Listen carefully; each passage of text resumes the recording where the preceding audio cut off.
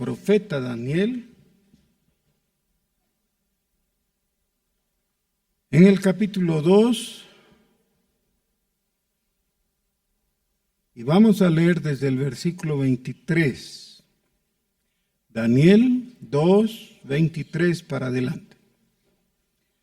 A ti, oh Dios de mis padres, te doy gracias y te alabo, porque me has dado sabiduría y fuerza, y ahora me has revelado lo que te pedimos, pues nos has dado a conocer el asunto del rey.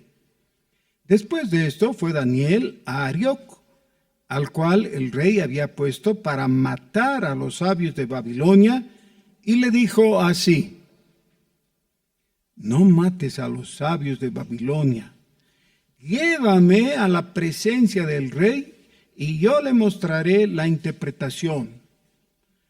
Entonces Arioc llevó prontamente a Daniel ante el rey, y le dijo así: he hallado un varón de los deportados de Judá, el cual dará al rey la interpretación.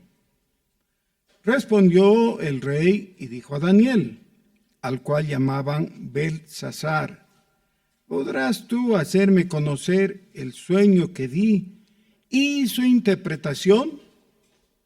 Daniel respondió delante del rey diciendo: el misterio que el rey demanda, ni sabios, ni astrólogos, ni magos, ni adivinos lo pueden revelar al rey. Pero hay un Dios en los cielos, el cual revela los misterios. Y él ha hecho saber al rey Nabucodonosor lo que ha de acontecer en los postreros días.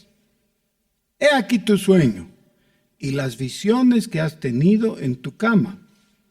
Estando tú, oh rey, en tu cama, te vinieron pensamientos por saber lo que había de ser en lo porvenir. Y el que revela los misterios te mostró lo que ha de ser. Y a mí me ha sido revelado este misterio.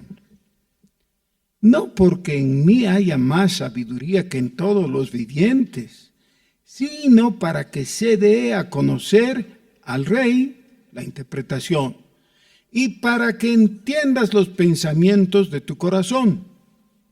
Tú, oh rey, veías, y he aquí una gran imagen. Esta imagen, que era muy grande y cuya gloria era muy sublime, estaba en pie delante de ti, y su aspecto era terrible. La cabeza de esta imagen era de oro fino, su pecho y sus brazos de plata, su vientre y sus muslos de bronce, sus piernas de hierro, sus pies en parte de hierro y en parte de barro cocido. Estabas mirando hasta que una piedra fue cortada, no con mano, e hirió a la imagen en sus pies de hierro y de barro cocido, y los desmenuzó. Entonces fueron desmenuzados también el hierro, el barro cocido, el bronce, la plata y el oro, y fueron como tamo de las eras del verano, y se los llevó el viento sin que ellos quedara rastro alguno. Mas la piedra que hirió a la imagen fue hecha un gran monte que llenó toda la tierra. Este es el sueño. También la interpretación de él diremos en presencia del rey. Tú, oh rey, eres rey de reyes, porque el Dios del cielo te ha dado reino, poder, fuerza y majestad. Y donde quiera que habitan hijos de hombres, bestias del campo y aves del cielo, él los ha entregado en tu mano y te ha dado el dominio sobre todo. Tú eres aquella cabeza de oro. Y después de ti se levantará otro reino inferior al tuyo, y luego un tercer reino de bronce, el cual dominará sobre toda la tierra. Y el cuarto reino será fuerte como el hierro, Y como el hierro desmenuza y rompe todas las cosas, desmenuzará y quebrantará todo. Y lo que viste de los pies y los dedos, en parte de barro cocido, de alfarero y en parte de hierro, será un reino dividido, mas habrá en él algo de la fuerza del hierro, así como viste hierro mezclado con barro cocido. Y por ser los dedos de los pies en parte de hierro y en parte de barro cocido, el reino en parte fuerte y en parte frágil. Así como viste el hierro mezclado con barro, se mezclarán por medio de alianzas humanas, pero no se unirán el uno con el otro, como el hierro no se mezcla con el barro. Y en los días de estos reyes, el Dios del cielo levantará un reino que no será jamás destruido, ni será el reino dejado a otro pueblo. Desmenuzará y consumirá todos estos reinos, pero él permanecerá para siempre. De la manera que viste que del monte fue cortada una piedra, no con mano, la cual desmenuzó el hierro, el bronce, el barro, la plata y el oro, el gran Dios ha mostrado al rey lo que ha de acontecer en lo porvenir. Y el sueño es verdadero y fiel su interpretación. Entonces el rey Nabucodonosor se postró sobre su rostro y se humilló ante Daniel y mandó que le ofreciesen presentes e incienso. El rey habló a Daniel y dijo: ciertamente el Dios vuestro es Dios de dioses y Señor de los reyes y el que revela los misterios, pues pudiste revelar este misterio. Entonces el rey engrandeció a Daniel y le dio muchos honores y grandes dones, y le hizo gobernador de toda la provincia de Babilonia y jefe supremo de todos los sabios de Babilonia. Y Daniel solicitó del rey y obtuvo que pusiera sobre los negocios de la provincia de Babilonia a Sadrach, Mesach y Abed-nego, y Daniel estaba en la corte del rey. Amén. Ahora, tenemos un relato que yo creo que, si no todos, la gran mayoría de ustedes ya lo han leído, ya lo conocen, hasta algunos lo han aprendido en la escuela dominical o algo así. No pretendo entonces ir a lo que ya conocían, pero necesitamos, para homogeneizar nuestro conocimiento y de ahí en adelante edificar, recordar lo puntual o puntualmente lo que necesitamos saber. En el sermón anterior hemos visto el conflicto de Daniel y sus amigos porque había una orden de ejecución sobre los sabios de Babilonia porque no pudieron interpretar el sueño del rey, no pudieron saber, casi adivinar, ¿no?, el sueño del rey. Y por tanto el rey no confiaba en alguna interpretación que se animaran ellos a dar si él les contaba su sueño.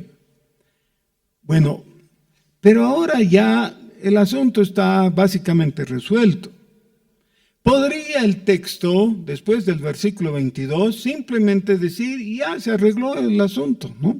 Daniel interpretó el sueño del rey y ya. Pero se nos cuenta el sueño.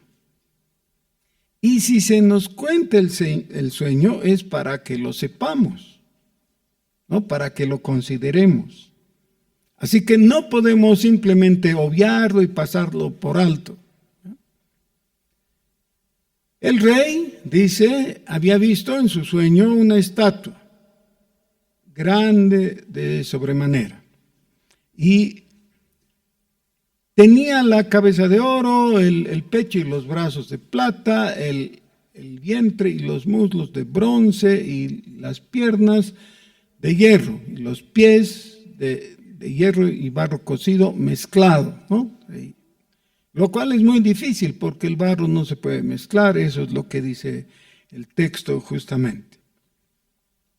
¿A qué se refiere esto?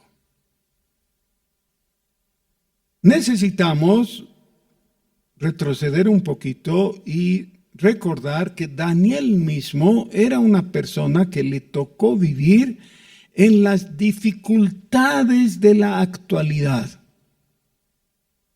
Él era un príncipe judío que vivía en Jerusalén y cuando él era jovencito, junto con sus amigos, fue capturado y llevado cautivo a Babilonia.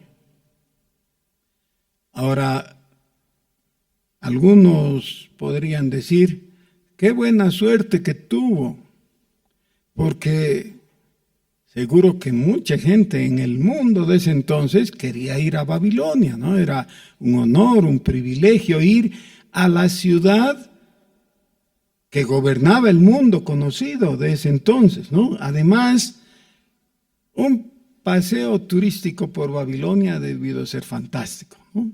Con sus jardines colgantes y todas esas cosas lindas, ¿no? Para maravillarse. Sí, pero no puedes ir de cautivo. Ir de cautivo ya es otra cosa, ¿no? No es agradable y por supuesto los que fueron llevados a la fuerza han debido guardar algún resentimiento en su corazón. Las cosas van mal para ellos. Pero ya de eso se ha hablado en el capítulo 1.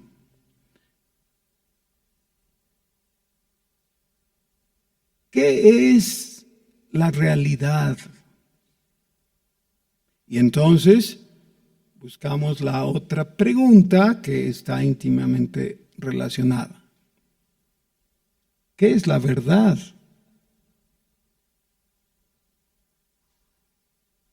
¿Qué es? No hay, dicen, no hay verdad. Bueno, algunos dicen no hay verdad o nadie puede saber. Pilato mismo le preguntó, ¿no es cierto?, al Señor Jesús, ¿qué es la verdad? Seguro de que Jesús no podría contestar. Y por eso ni le escuchó la respuesta, no hubo respuesta porque no hubo chance, no hubo la oportunidad. Salió del pretorio para seguir su discurso, su arenga al pueblo, pensando que con eso habría terminado la conversación con Jesús. ¿Qué es la verdad? Como no hay respuesta, no me va a responder. Pero qué error. Imagínense qué lindo hubiera sido que Pilato escuche la respuesta y que el Evangelio de Juan hubiera podido decirnos, ¿no?, una definición, pero no se necesita solo la definición. Ahora, yo me voy a atrever a hacer una definición muy sencillita, ¿ya? Muy sencilla. ¿Qué es la verdad? Es la descripción de la realidad. ¿Qué es la realidad? Vamos a hacer una pregunta muy básica. ¿Cómo sabes que el asiento donde estás ahora no se va a caer? Y tú con él, ¿no? ¿Cómo sabes? Algunos ya están buscando no depositar todo su peso, pero bueno, nunca ha ocurrido aquí, ¿no?, que se rompa una de estas sillas que tenemos por la gracia de Dios. Nunca ha ocurrido, son sillas sólidas. Sí, pero entonces preguntamos, ¿este asiento me va a resistir?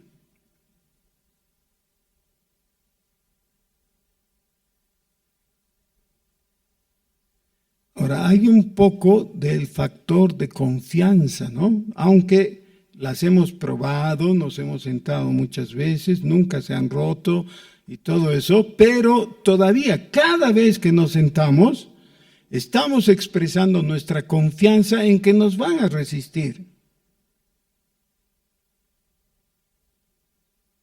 ¿Esa es la realidad?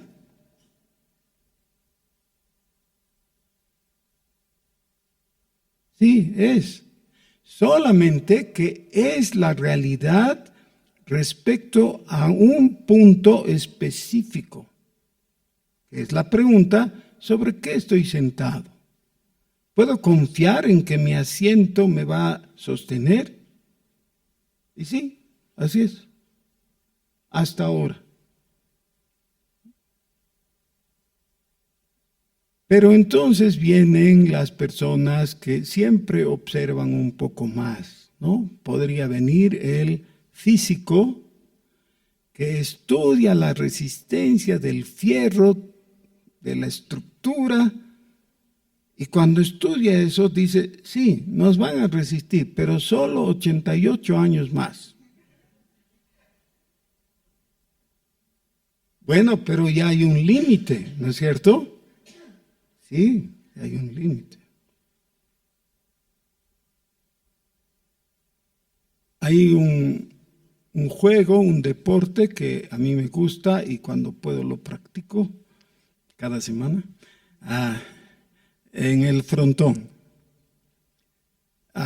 Todo consiste en golpear la pelotita con la raqueta, ¿no? Y mandar la pelota. Ahora, vean. Viene la pregunta de la persona acuciosa y dice, ¿qué has hecho? He golpeado la pelotita con mi raqueta. ¿Sí? ¿Está bien? ¿Qué pelotita? Dice él. Esa pelotita azul que es una esfera. ¿Sí es? Bueno, pero ¿saben qué? Si se filma la pelotita, después de ser golpeada y cuando es despachada contra el frontón y se pasa en cámara lenta, se ve que no es una esfera. En quietud es una esfera, pero cuando está en movimiento, la pelotita se ha deformado. Y se ha deformado mucho.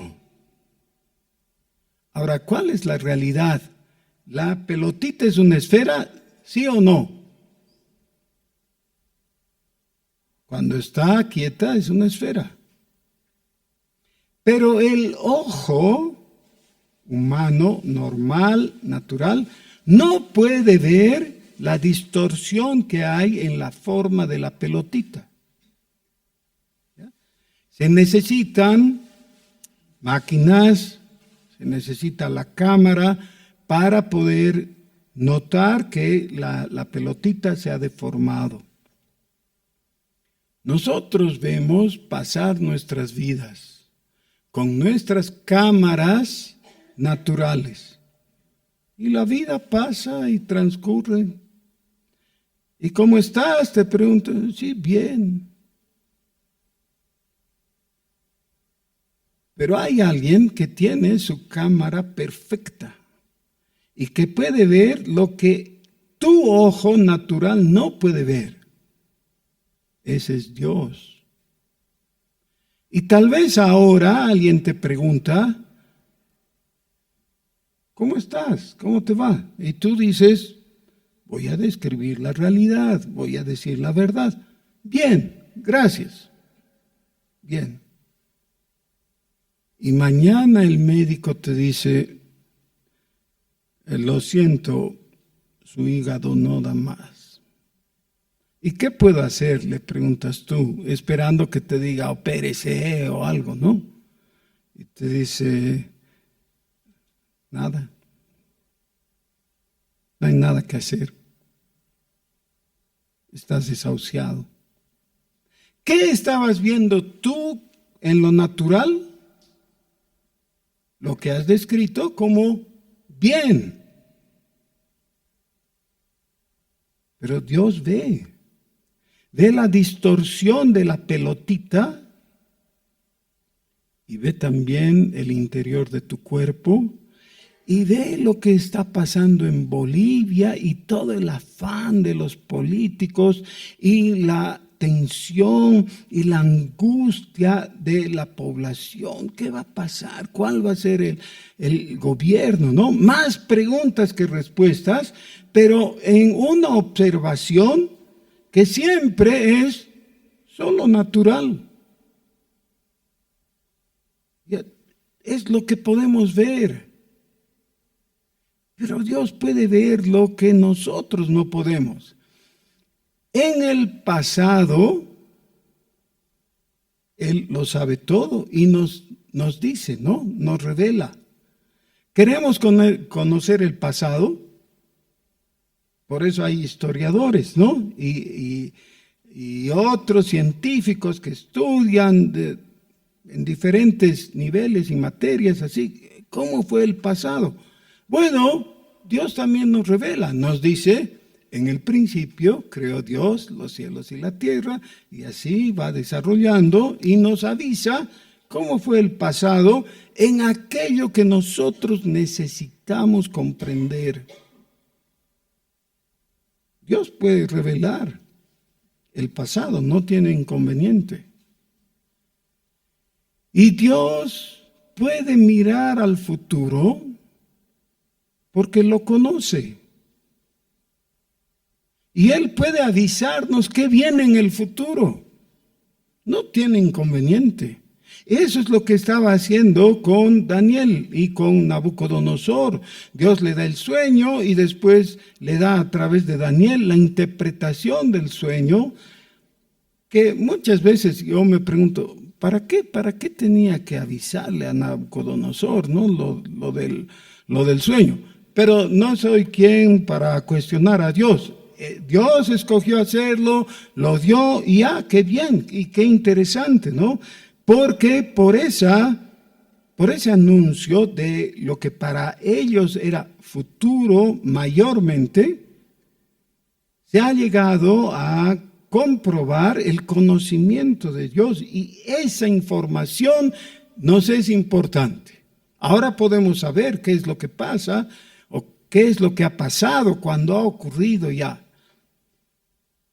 Pero además, solo Dios puede ver el presente en la profundidad y en la complejidad que nosotros no podemos.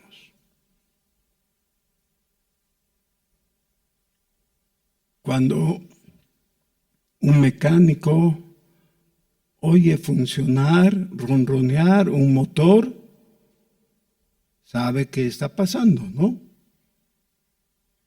Y si falla por alguna razón ese motor, el mecánico que es diestro va a notar, sí, esto es lo que le falla, tiene un problema en tal aspecto.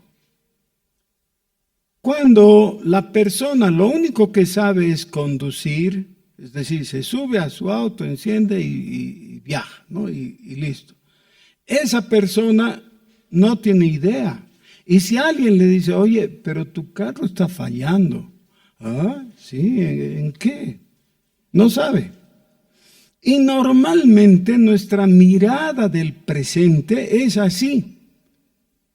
Tenemos una mirada superficial, no profunda. Solo Dios conoce. ¿Y saben cuál es ese foso sin fondo que nos asombra cada vez respecto a sus misterios? Es nuestro corazón. Y eso lleva al profeta Jeremías declarar en el capítulo 17, dice, engañoso es el corazón del hombre y perverso. Y hace una pregunta, ¿quién lo conocerá? Y esa es una pregunta retórica que exige una respuesta. Nadie lo conoce. Ni siquiera nuestro propio corazón conocemos. Veamos, ¿no es verdad que de vez en cuando nos preguntamos, oye, ¿y por qué me enojé tanto? Ha venido alguien, me ha hablado y yo le he contestado mal. Y no entiendo por qué he hecho eso, pero me ha disgustado algo, no sé qué. ¿Qué era? Y necesitamos reflexionar y preguntarnos, y a veces no tenemos la respuesta, porque nosotros mismos no conocemos nuestro corazón realmente. Pero decir nadie es una respuesta equivocada. Porque entonces Dios dice, yo Jehová, yo conozco. Y eso es lo que dice justamente en Jeremías capítulo 17, ¿no? Dios responde, yo Jehová, yo conozco. A ver, un momento, Dios, ¿cómo puede ser pues que tú conozcas más que yo mismo mi corazón? Claro, yo soy Dios, yo conozco. Entonces, tenemos deficiencias y dificultades para conocer bien el pasado. Y si no fuera por la revelación de Dios, realmente tendríamos unas ideas totalmente alocadas sobre el pasado. El futuro es una incógnita para nosotros. Y cuanto más hemos vivido, más seguros estamos de que es imposible predecir qué es lo que viene. No sabemos. Pero aún el presente es tan difícil para nosotros de entender. Aún en nuestro propio caso, en nuestra propia conducta. ¿Por qué hacemos lo que hacemos? Sobre todo cuando enfrentamos el conflicto del pecado. ¿Por qué soy un pecador tan horrible? ¿Por qué?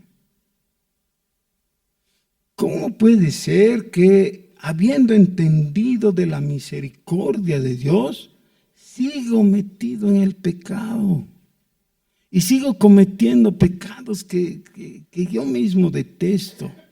Miren que esta confesión la hace el apóstol Pablo en Romanos capítulo 7.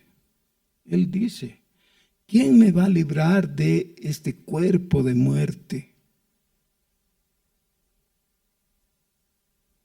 Así es.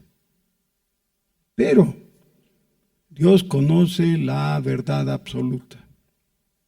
Y Él revela dosificando según nuestra necesidad. Él nos revela, nos da el conocimiento de la verdad según lo que necesitamos.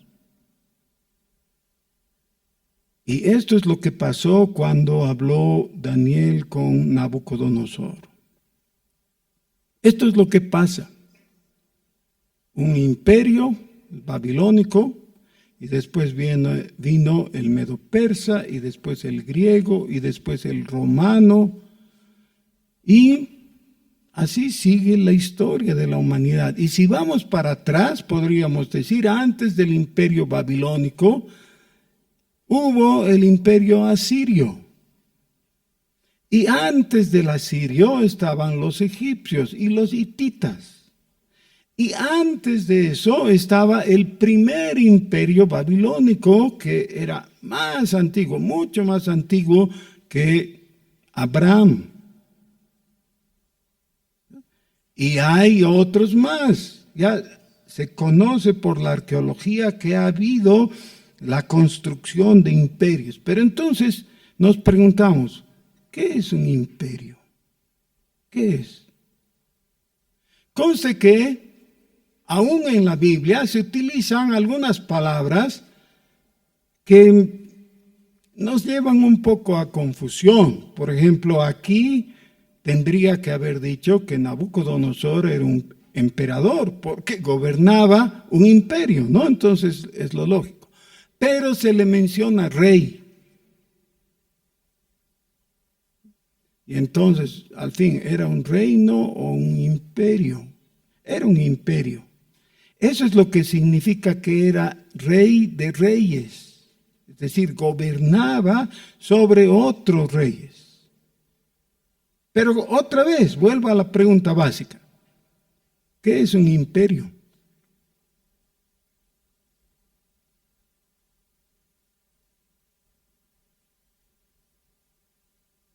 No es un reino, ¿no? Un reino ya entendemos, pero un imperio, ¿qué es? En términos sencillos, es un proyecto que contesta a la pregunta: ¿cómo vamos a vivir? ¿Cómo vamos a vivir? Imagínense, todos nosotros estamos en un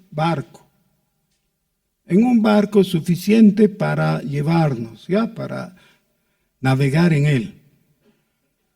Y entonces nos damos cuenta que el barco está flotando, pero no está yendo a ningún lado.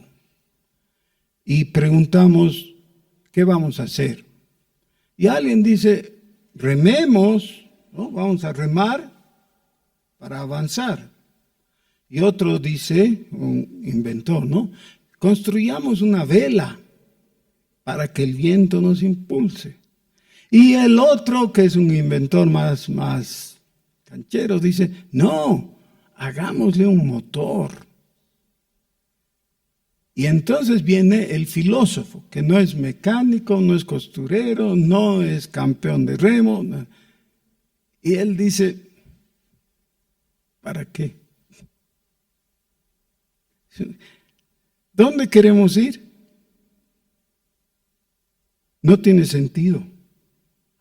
Pero entonces surge un asunto. En toda sociedad humana hay alguien que tiene la idea de que hay una meta, algún lugar donde ir, y que vende su idea, convence a los demás, de a buenas y de a malas también.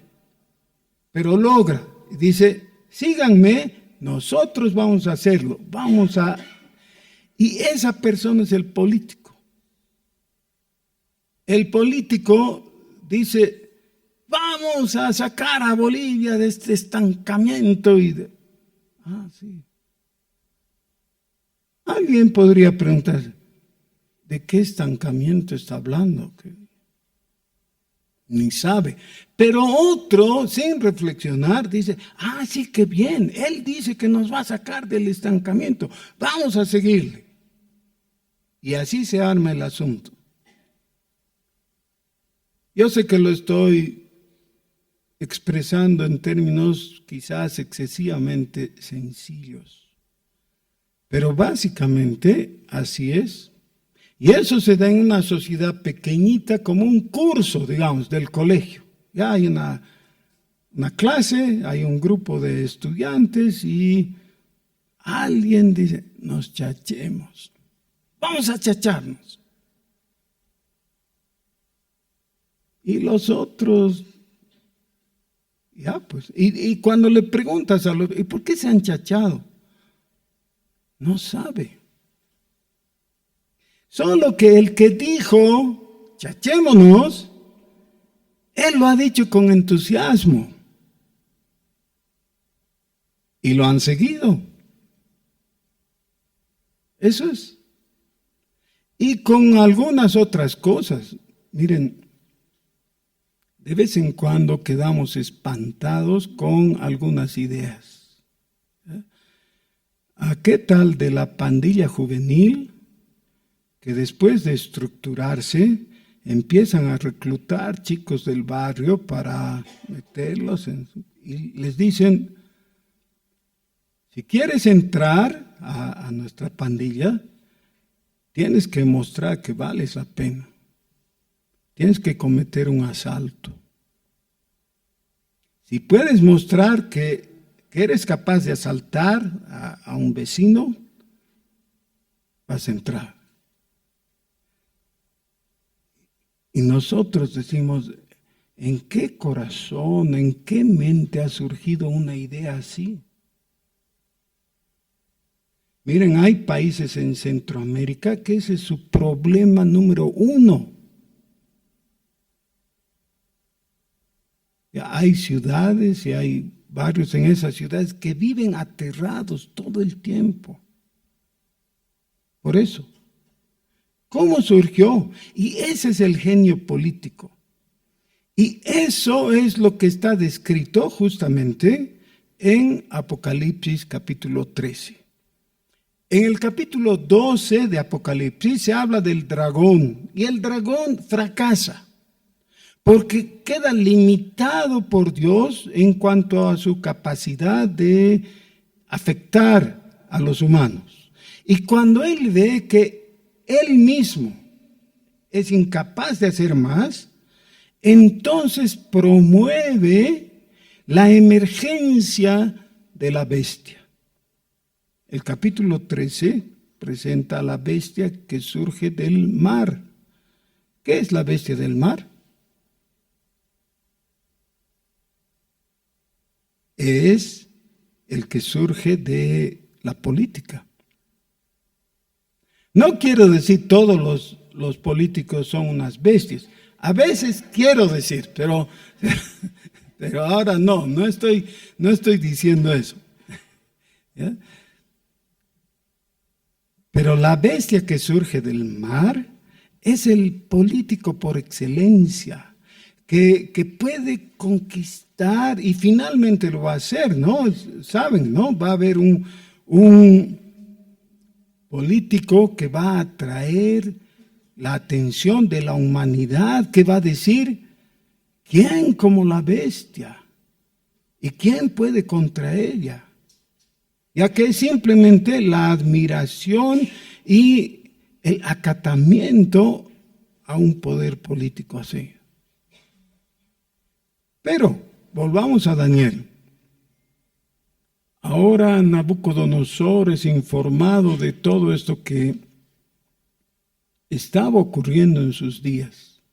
Y le dice, tú mismo eres la cabeza de oro, pero después de ti va a haber otro, y un tercero, y un cuarto, y nosotros, habiendo estudiado un poco de historia universal en el colegio o en la universidad, decimos, así es la historia del hombre, que va de miseria en miseria y de ilusión en ilusión. Eso es.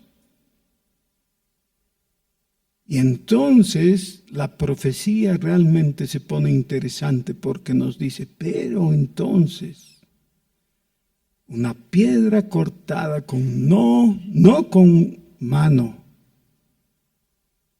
vino y desmenuzó todo eso, lo aplastó, lo destruyó.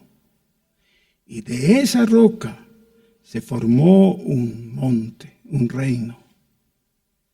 Y ya hemos visto la semana anterior que esto se plasma, se confirma, se efectiviza en las palabras de Jesús. El tiempo se ha cumplido. El reino de los cielos ya está presente. Arrepentíos, creed en el Evangelio. La historia de la humanidad va a ser la historia de desastre en desastre y más desastre hasta que al fin todo es un fracaso. No, el hombre causa el desastre, pero hay ese factor novedoso, maravilloso, Jesucristo. Lo mismo está expresado en varios lugares de la Biblia, tanto del Antiguo como del Nuevo Testamento. Pero me gustaría que observemos cómo lo dice el Salmo 2. Por favor, vamos al Salmo. ¿Por qué se amotinan las gentes y los pueblos piensan cosas vanas? Se levantarán los reyes de la tierra y príncipes consultarán unidos contra Jehová y contra su ungido, diciendo: rompamos sus ligaduras, echemos de nosotros sus cuerdas. El que mora en los cielos se reirá. El Señor se burlará de ellos. Luego hablará a ellos en su furor y los turbará con su ira. Pero yo he puesto mi rey sobre Sión, mi santo monte. Yo publicaré el decreto. Jehová me ha dicho: mi hijo eres tú, yo te engendré hoy. Pídeme y te daré por herencia a las naciones y como posesión tuya los confines de la tierra. Los quebrantarás con vara de hierro, como vasija de alfarero los desmenuzarás. Ahora pues, oh reyes, sed prudentes, admitid amonestación, jueces de la tierra, servid a Jehová con temor y alegraos con temblor, honrad al Hijo, para que no se enoje y perezcáis en el camino, pues se inflama de pronto su ira. Bienaventurados todos los que en él confían. ¿Quién va a ganar las elecciones? No necesitamos un profeta que venga y diga va a ganar tal. ¿Para qué queremos? Mañana vamos a saber, o en un tiempito vamos a hacer. Y ahí, esa es nuestra expectativa. Pobrecitos, si esa es nuestra expectativa. Nuestra expectativa es poder ver al Rey de Reyes. En Jesús está nuestra esperanza. Para este tiempo y para el porvenir. Hermanos, tenemos la revelación más maravillosa que se puede pensar. Tenemos la revelación, pero Dios nos revela lo que Él quiere revelar. Y lo que Él quiere revelar es muy sencillo. Quiere revelar a Jesucristo. Así que el mundo siempre nos va a distraer con cosas como esos parques de diversión. ¿Se acuerdan? El túnel del terror. Entras y sale una calavera, una cosa que te asusta. Y así es tu vida, así es tu mirada. No. Vamos a ver al Todopoderoso. Vamos a creer en Él. Y vamos a responder con el Salmo 2 a toda esta incógnita. Porque nosotros, por la gracia de Dios, podemos decir, pero nosotros estamos rogando junto con Él, diciendo: dale, oh Señor, su heredad. Nosotros somos su heredad. Nosotros somos. Vamos a orar. Y vamos a enfocar nuestra atención a aquel que no miente, que dice la verdad, porque tiene la verdad. Y nos puede regalar el conocimiento de esa verdad para edificación. Oremos. Señor nuestro, muchas gracias porque podemos vivir confiados. Tú eres el creador, el dueño, el sustentador de todo lo que existe. Y nada se puede hacer sin tu permiso, sin que tú lo decidas. En ti confiamos. Oh Señor, nosotros nos unimos a la multitud de gentes de todas las naciones, vestidos con ropas blancas, aclamándote, dándote gloria y clamando por tu venida. Bendito sea tu nombre, Señor Jesús. Tu reino es reino eterno, es para siempre y es perfecto, y nosotros te pertenecemos. Gloria a ti. Bendito sea tu nombre, Jesús. Amén.